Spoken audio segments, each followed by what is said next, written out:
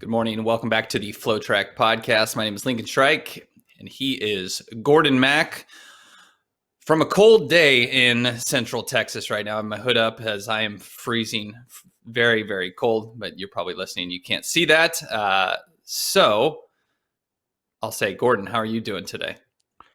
Well, we're both doing well. Both of our teams won yesterday. Your team won in convincing fashion. The Chicago Bears over Houston Texans. You officially eliminated the Texans, whereas we beat the best team in the NFL or in the NFC with our backup quarterback, now our starting quarterback. It's Yeah, Victory Monday, right? It's Victory it Monday is. for Been a while. Chicago and Philadelphia fans. Yeah, I mean, for me, the Bears had lost 6 games in a row. And so it was trending to the point where they could have had we're looking at a top 10 pick if they kept going. Of course, they stopped that yesterday. So it kind of is at the point where you're hurting your draft position. Now you are in the NFC least where it's still possible, although the Washington football team's trying to run away with it. It's still possible they could win the division, I suppose.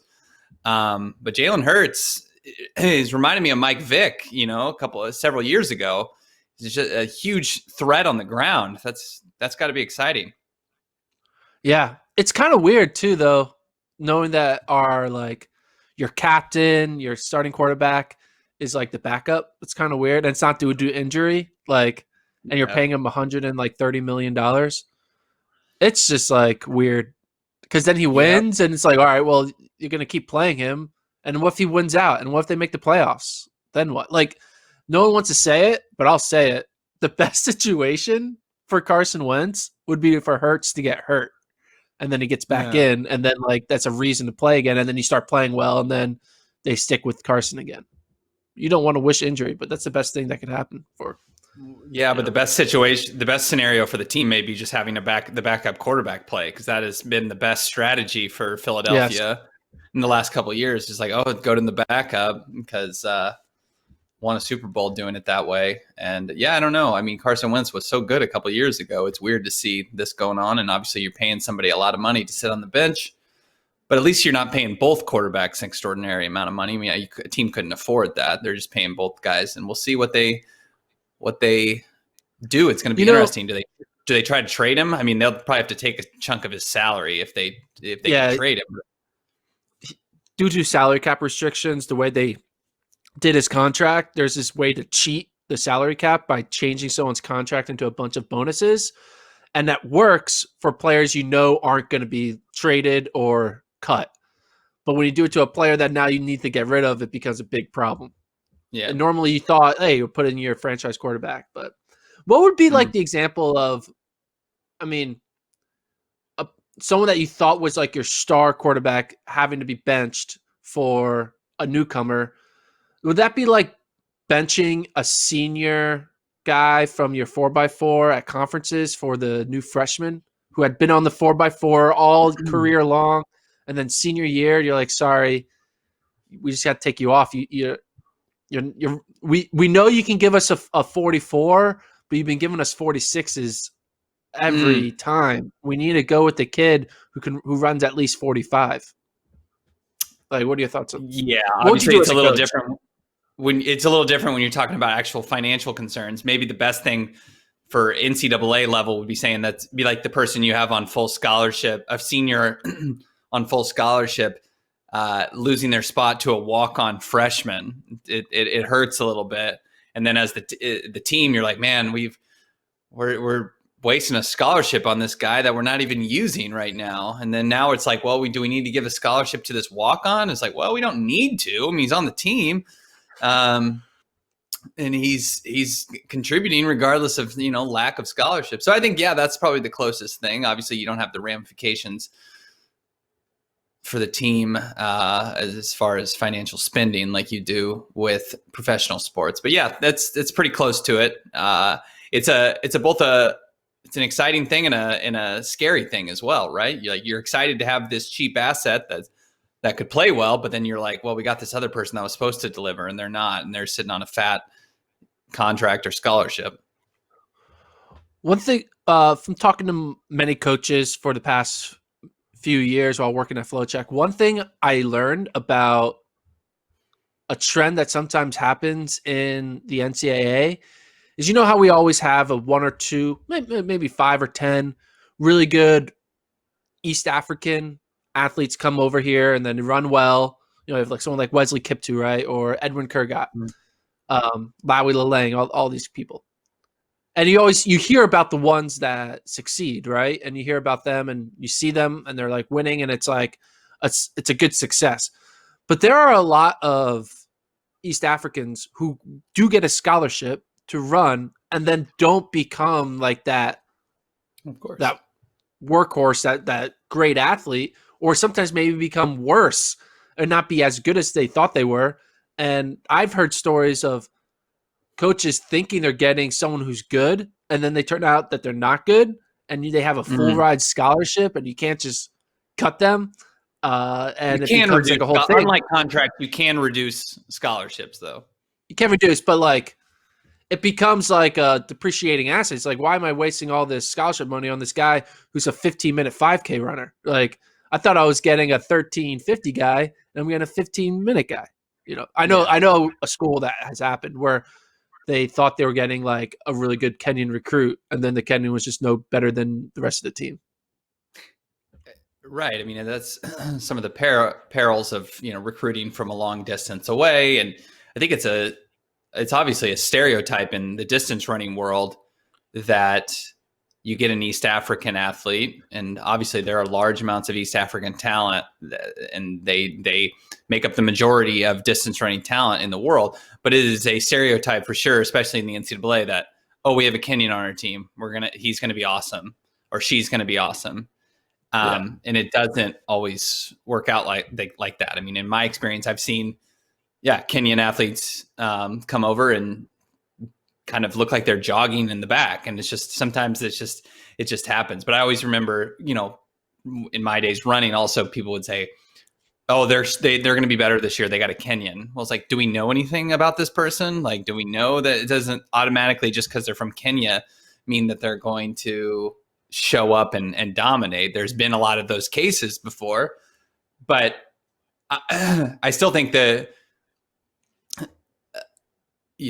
athlete coming over and being a superstar right away is more of an exception. There's many more Kenyans, East African athletes that come over and are just mediocre or worse. So still a stereotype that persists, though, right? I mean it's a good stereotype, though, right? Yeah, I wouldn't mind it's a good one. Yeah, everyone just thought I was really good at running.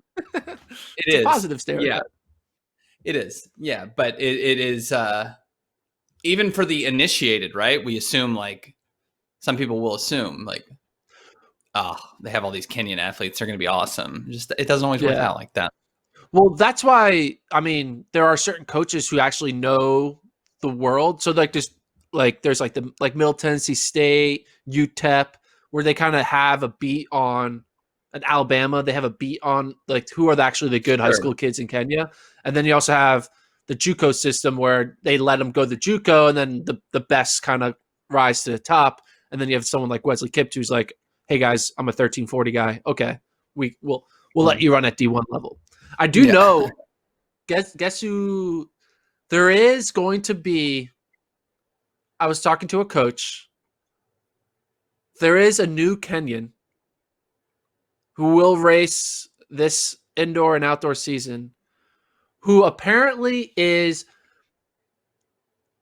going to be extremely good, and by extremely good, potentially better than past middle distance runners we've had in the past 6 years in the NCAA.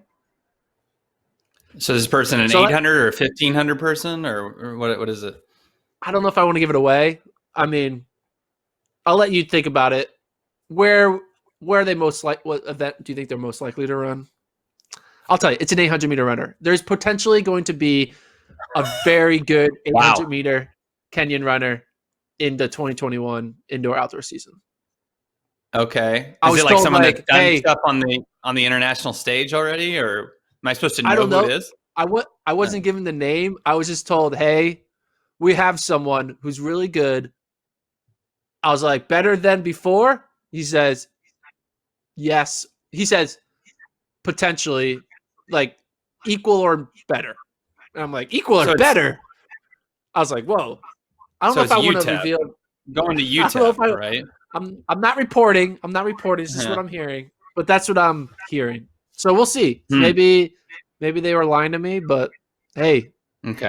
there'll be one team to keep an eye on and see when they debut their new freshman. And if that new freshman is legit, it'll be fun.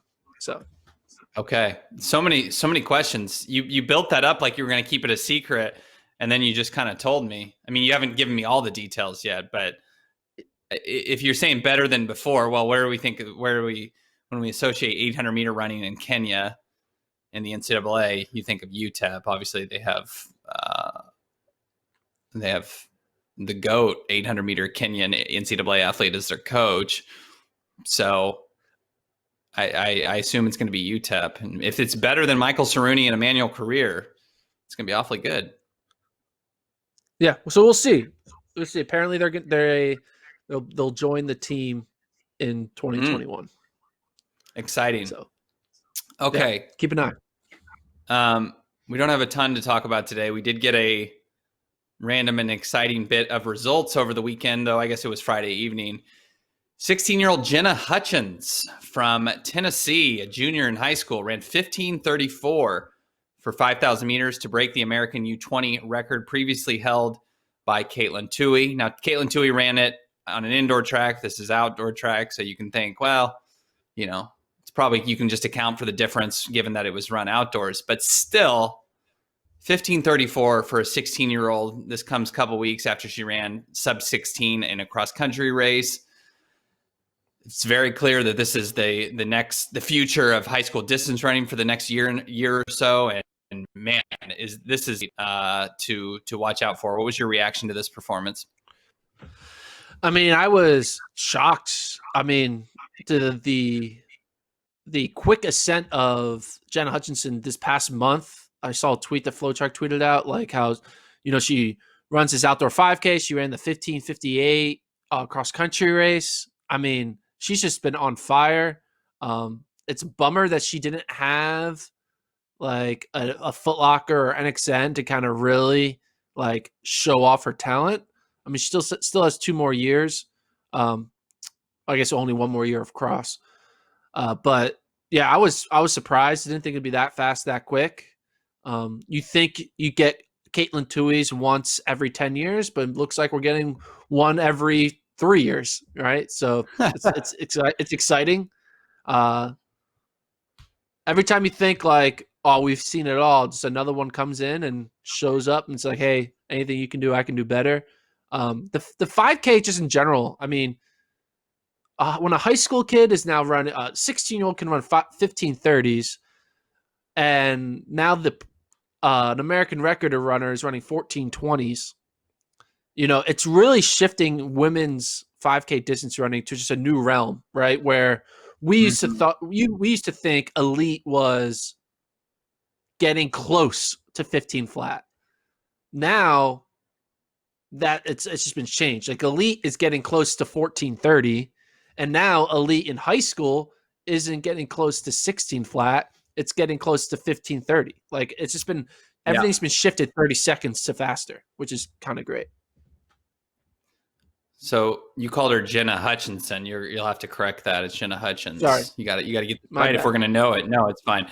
So I'll give you more details. This was run in Columbia, South Carolina at the Five and Dimes athletics meeting. Who could forget, of course, the Five and Dimes athletics meeting?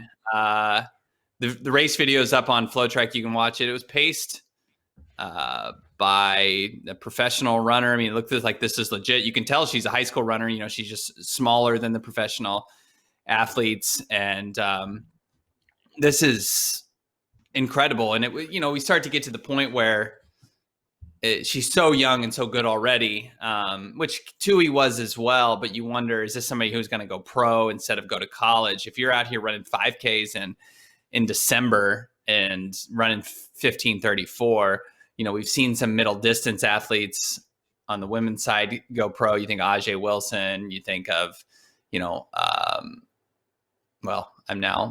there's been other athletes who have gone to college for a year, then stepped off and gone pro. It's getting a little bit ahead of ourselves, but I was surprised, I suppose, when Tui didn't go pro, and if Hutchins continues to improve here, I I don't know her family situation or what, but the value's awfully high when you're running this fast at such a young age. And clearly, whatever program she's doing is working. You wonder if a professional signing is coming before she would go to college. What would you think about that? Well, I think she would need to run at least 15 seconds faster. And the reason why I say 15 seconds faster is because the Olympic trials qualifying time is 15:20.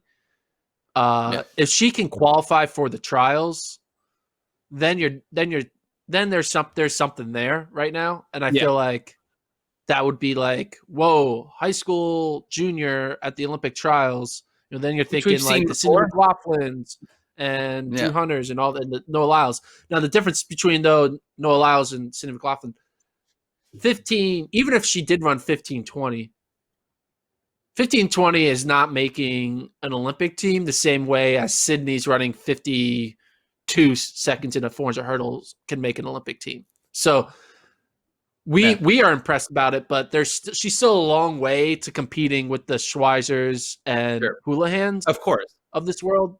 And it may be more wise to try to let it play out a little longer to see like can she Yeah. vastly improve? Can she get that speed? And maybe she needs to do a year in college to really see what she can do. Because in a weird way, she's super under raced and like at a high level pressure moment right now. I mean, she's run at NXN or she ran at Foot Locker. She's run at Foot Locker. I guess she's a Foot Locker. Yeah. She got fifth. She got fifth at Foot Locker last year. Yeah, but like she hasn't like gone into a championship style race with expectations on her. I feel like like Caitlin Tui had to go through the years of pressure of like I need to be the best, right? She has yet to have that on her. Now she's going to have that on her where she will enter into a race where it's like it's a disappointment if I don't win. No one was disappointed when she got fifth. She's like, yeah, you got fifth. That's great. But now there's the expectation. There's a different type of mindset. And I think she needs to go through that. She needs to go through whether that's in high school or in college of like the expectation of being a star freshman. How do you handle that? Oh, wow, you overachieve in that. Then I think contracts will be like, hey, we want someone who's proven they can handle the pressure. And this, in this case, would be the pressure of a young star with a contract. Yeah. So you're kind of saying right now the period may have ended, but previously these last few races, she's been operating in kind of the sweet spot where, yes, she's known. Obviously, she's getting entry in this somewhat premier 5,000, but there's no pressure to break a record. Whereas it got to the point where, let's look back at NXN 2019. Yes, Caitlin Tui won, but she almost lost. And that was kind of the story, right? It was kind of like, wow, Caitlin Tui almost lost instead of she won her however many national title. And then like going to indoors, for better or worse, when she didn't break a 3,000 meter record, it was like, wow, she missed this record. You get that. And you had that with Mary Kane as well, where the expectations are unfair. And you're right, will unfortunately have to go through that period. Now it's like if she goes to indoors, there's going to be records every time. That's going to be the theme. So she will have to go through that, and seemingly hasn't. I mean, I'm sure every race she's feeling pressure to perform her entire high school career, but it's obviously a different element now, and her name will start to eventually be on the level of a Caitlin Tui if she keeps this up, and that's when we'll really get to see it. Feels so unfair to put that much pressure on a 16-year-old, but it is reasonable to think, given her time, 15:34 in December.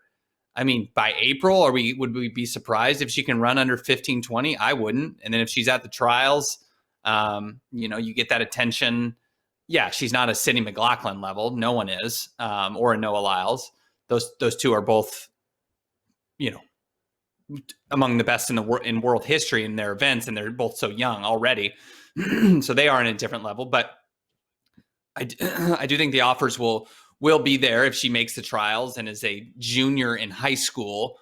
It'll be a story on the level of Jordan Hesse back in 2008. And So it'll be something to watch out for if she keeps going, because as of right now, I mean, it's not like, can she get as good as Caitlin Tui? She's already better than Caitlin Tui.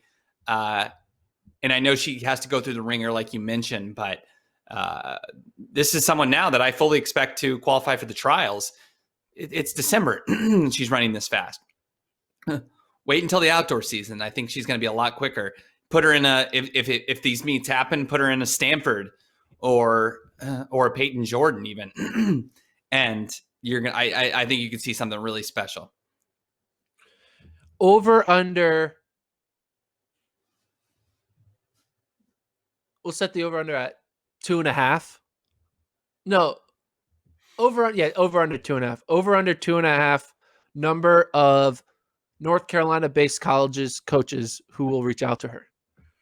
Yeah, I don't know what the rules are for juniors. It's like a little fuzzy, right? You can't. There's definitely rules that there aren't when you're a senior. But yeah, I mean, she's from Tennessee. It would, and with everyone kind of gravitating towards North Carolina, it would make sense if she would ultimately go, say, be coached by Milt in a year or two, or NC State.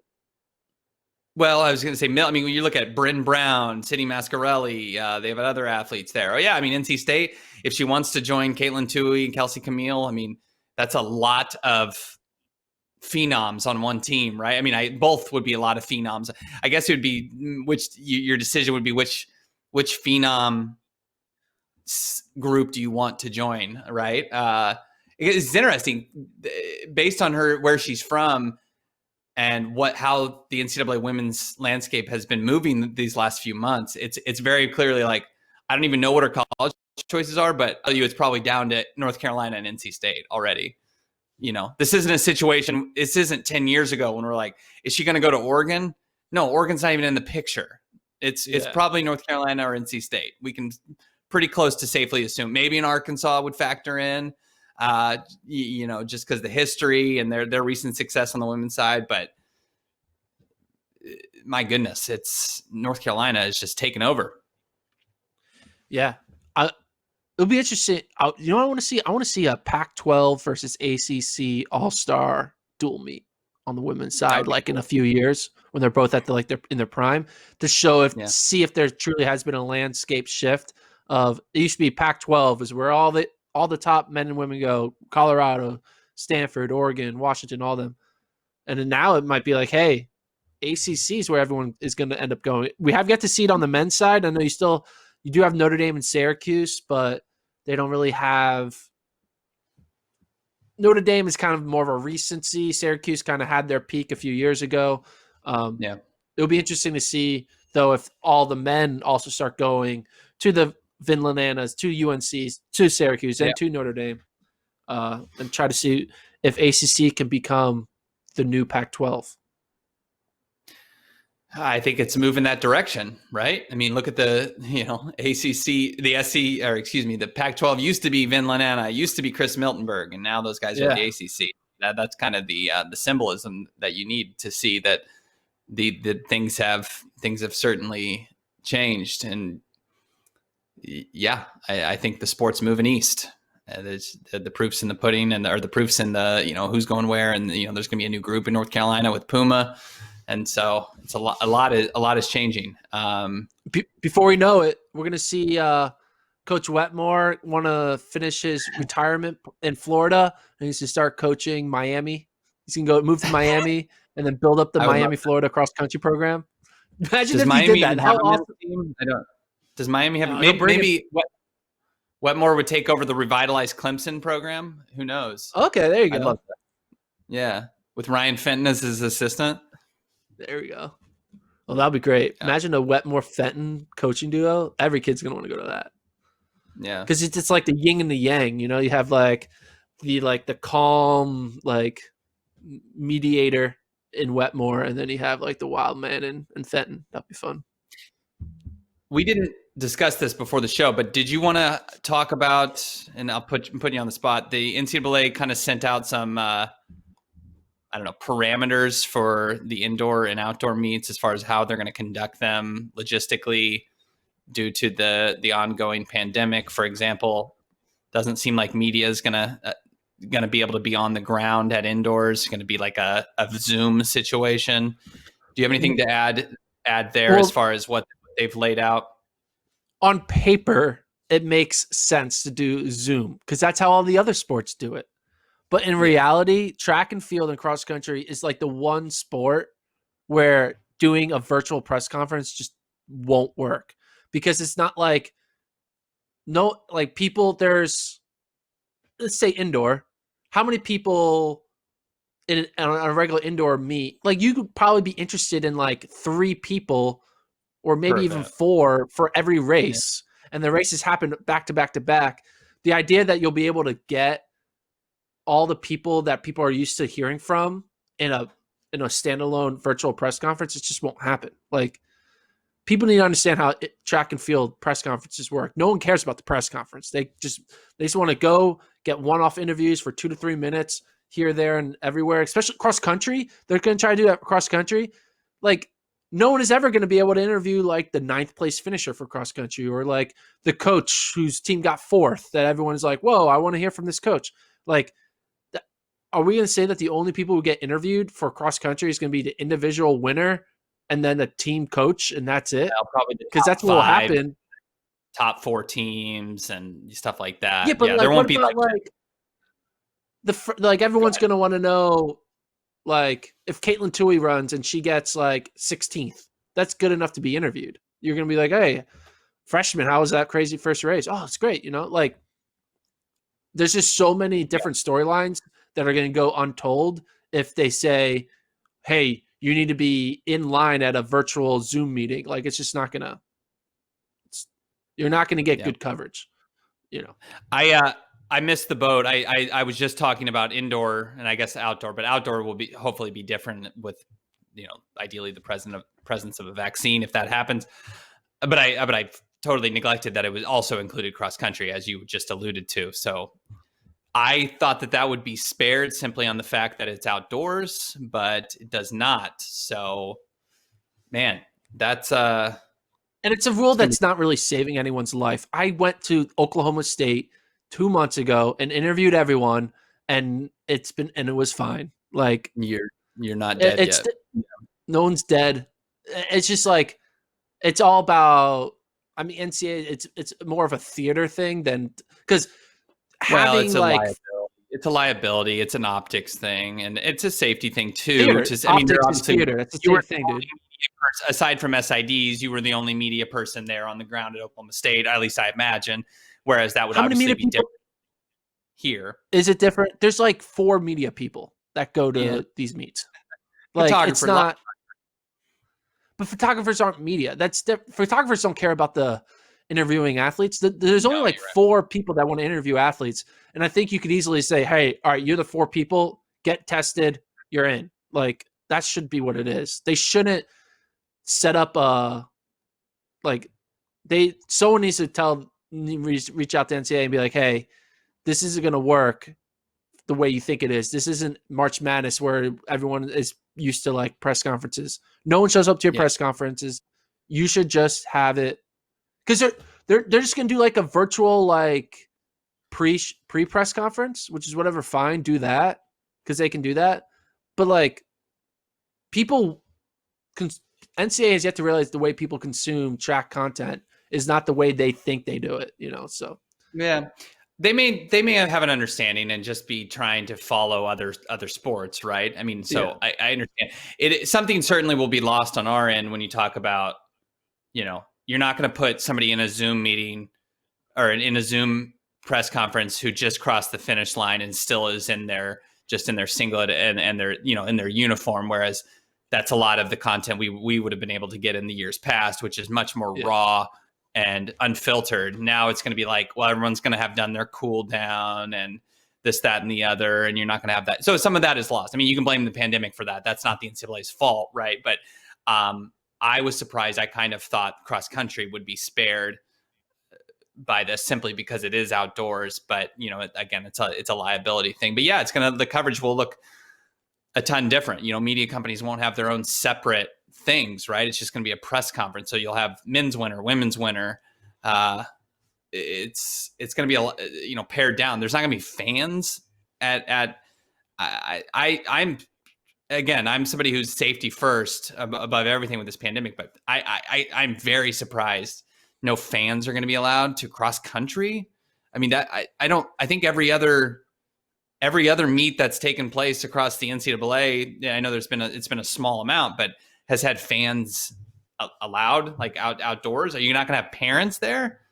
Like, it seems a little severe even for my end, which is saying something, because I've been like advocating, let's have safety first, but not even allowing fans seems a little severe. You can make everybody wear masks. At that point, what is the true risk when you're talking about being outdoors? It's very small. There's no event that would look I would feel is more impact. You could say football is impacted, whatever, but like cross country without like nationals without fans, that's weird. That's weird to think of. Yeah, you're just putting another asterisk on it. It's just, you're taking away the moment for the kids too, right? It's like, it's not going to feel. I mean, there's so much raw emotional energy in that corral of all the guys, men and women coming through. They're walking through. Then there's the people waving their flags, and just so, it's loud. There's just so much kinetic energy at a cross country meet, and it'll just feel super static, and just be like, it's not gonna feel the same, Well, that's what every team's alternate is going to take on a pretty big role along with the coaches, because that's you get one fan per team per gender, because your eighth runner who's not competing, that's your one fan. The flag bearer. So, it's gonna be like it's gonna be like the guy in the Revolutionary War who has to do the drum, and the guy has to hold the flag. There's a reason for them there. Yeah, they don't have a gun to kill anyone, but they have to play the drum and hold the flag. So. Yeah. Wow. I hope what they do is they should definitely realize only 4 media people come to their events. Just give them a rapid test and everything's fine. Like, yeah, that's what they should do. Yeah, but they won't. I'm trying to think of any other topics that we can cover today. You got anything? Well, some indoor meets are starting to go down. We're now at a grand total of 1, 2, 3, 4, 5, 6, 7, 8, 9 on the December 5th weekend, and then 3 this past weekend. So we've had a total of 12 indoor. Go ahead. 12 indoor meets. I mean, let's see how many people have run. What's like the most commonly run race at an indoor meet? The 60? Say it's 60. I was going to say the 200, but maybe not everyone's 64. Let's see how many people have run a 400. Let's do 400. How many people have run a 400? So there have been 15. 64 women have run a 400 indoors. 64 women and 113 men. Why run a 400? Why indoors. Am I? Oh, this is. Are you across all divisions? Across. I was going to say. I was like, what are you seeing? Yeah, no, you got a lot of D2 and NAIA. You know what the slowest time in the men's 400 is right now in the nation? Is it like a minute? I don't know. What is it? 1 minute 16.55. Tactical race. He's from Briar Cliff, NAIA school. This is what's come to. This is what's come down to. The pandemic is having us talk about 113 400-meter men. Because typically by now we would have had the BU season opener, right? We would have had those fast 5Ks. You probably would have had a couple people running like top 10 all-time 300s, or a fast 500 or 1K here and there. But we're just getting a bunch of these low-tier schools doing some tri-meets. And we're just waiting for something. I mean, it's going to be interesting. I mean, I think a lot of I think Indiana used to do a meet this time. BU obviously used to do one. Texas A&M used to do one. I think they all just realized that they're just canceling the meet or Oh, not yeah. timing it, just having maybe like a fake indoor meet. Because I know like Clemson had like an intra-squad meet apparently last weekend, but That's knew awkward. about it.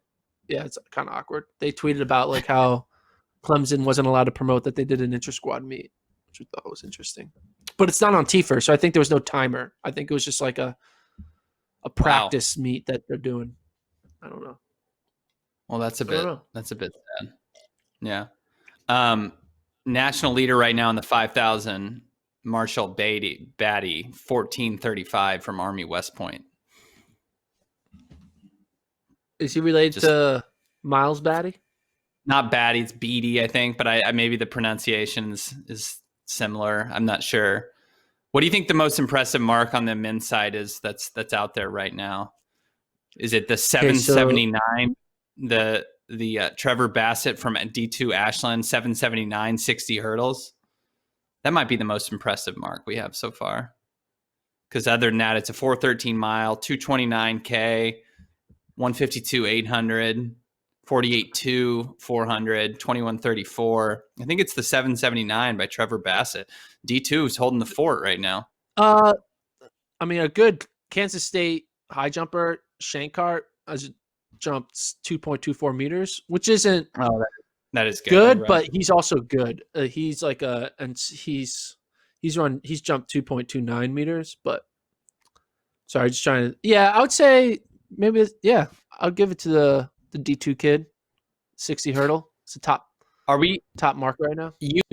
You sent us a text.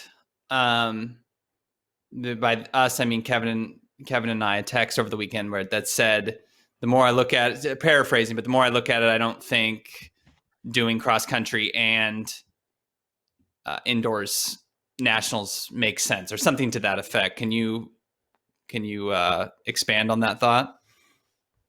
What do you mean? I don't. You know what I just realized? You.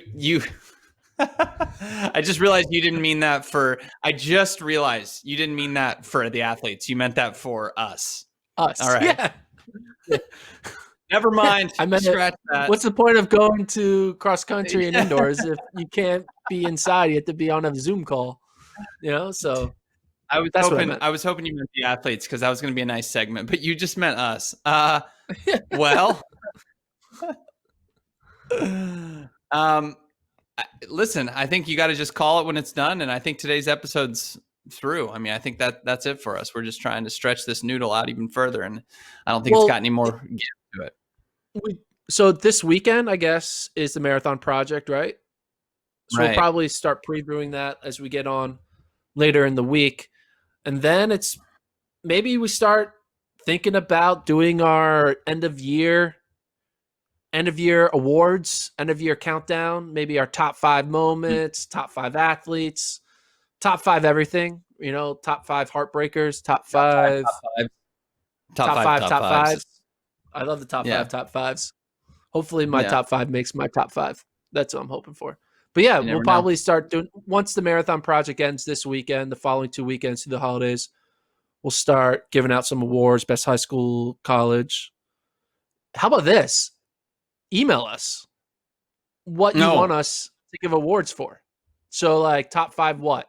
You know, you have like top 5 male athlete, female athlete, team, coach, all that stuff. Top 5 moments, top 5 kicks. What would be a good top 5 that we don't think about that you want us to give out? And maybe we'll do it. So email the pod, FloTrack podcasts@gmail.com. And yeah, so start getting those in. We have a week to get in your top 5 requests. We're like TRL now. Mm-hmm. Get your top 5 requests. I'm Carson Daly. He's Lincoln Strike. And we'll talk to you guys tomorrow. See ya.